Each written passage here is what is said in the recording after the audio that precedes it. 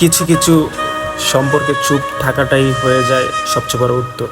কারণ কিছু অনুভূতি শব্দে প্রকাশ করা যায় না, ওগুলো শুধু নীরবতায় বোঝানো যায়।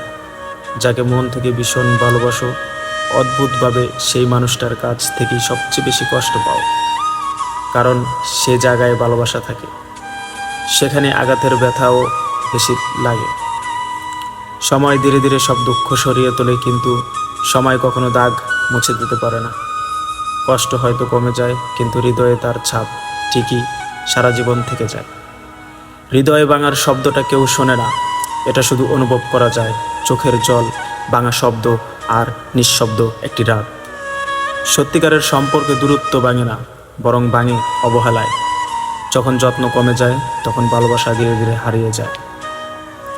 ভালো মানুষগুলো সবসময় নিঃশব্দে কাঁদে, তারা নিজের কষ্ট অন্যকে দেখাতে চায় না। তাই ভেতরে ভেঙে গেলেও বাইরে শক্ত থাকার চেষ্টায় ও অনুভবে শুধু সেই মানুষটুকুই মনে রাখে। যাই হোক, কখনো কাউকে কষ্ট দিবেন না।